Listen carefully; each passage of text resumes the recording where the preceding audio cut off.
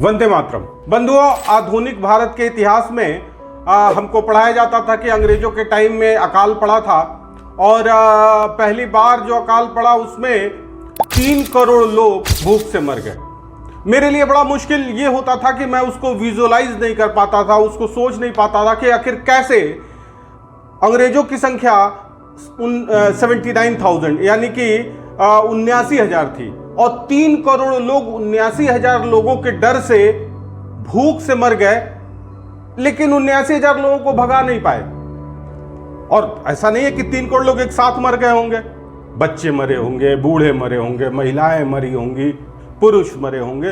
तो बाकी लोगों को मरते देखना और फिर धीरे धीरे मरना, ये कैसे मतलब संभव हुआ कि 3 करोड़ एक बड़ी संख्या होती है। अगर 3 करोड़ लोग दौड़ लगा लिए होते तो भी 79,000 लोग दब के मर गए होते। तो ये एक प्रश्न हमेशा एक विजुअलाइज मैं नहीं कर पाता था कि आखिर 79,000 लोगों के डर से 3 करोड़ लोग अपनी आवाज नहीं उठा पाए और भूखों मर गए। वर्तमान में इस प्रश्न का उत्तर अब जाके हमें मिला।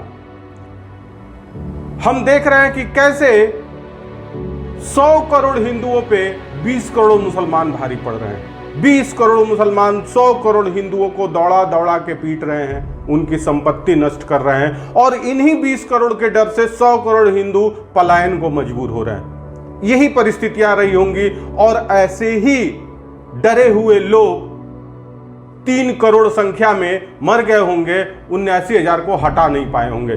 भाई अभी बंगाल में चल रहा है, कुछ दिन बाद किसी और प्रदेश में चलेगा, कभी झारखंड में चलेगा, ऐसे ही धीरे धीरे ये लोग मारे जाते रहेंगे।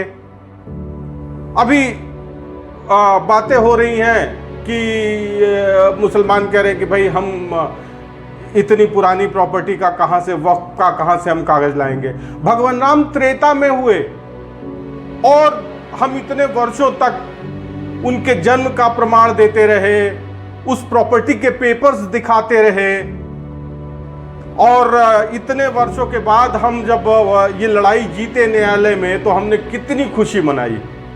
कितने शर्म की बात है। और आज देखिए ये कह रहे हैं हम पेपर कहां से लाएंगे, हमारे पास पेपर्स नहीं है। आजादी के बाद देखिए कितनी सहजता से हिंदू जमींदारों की भूमि जो है सरकार ने, उस समय पंडित जवाहरलाल नेहरू की सरकार ने उसको जब्त कर लिया और उसका रीडिस्ट्रीब्यूशन कर दिया, वितरण कर दिया, जमींदारी खत्म कर दी। भाई जब जमींदारी खत्म कर दी तो और क्या किया, मुसलमान जमींदारों की भूमि का एक बोर्ड बना दिया जिसको पार्लियामेंट से के एक्ट से पास भी करवा दिया। आजादी के पहले किसका, कल को अगर कोई आके कहे कि भाई औरंगजेब ने अपनी सारी भूमि वक्फ कर दी थी तो क्या सारे हिंदू जाके हिंद महासागर में जल समाधि ले लेंगे? सोचने का विषय है और सोचना पड़ेगा। वास्तव में मुझे कभी कभी लगता है कि हम सभी कायर हैं और अपनी कायरता को एक जो सेकुलरिज्म है या धार्मिक सहिष्णुता है, इस प्रकार के तर्कों से अपनी कायरता को ढकने का प्रयास करते रहते हैं।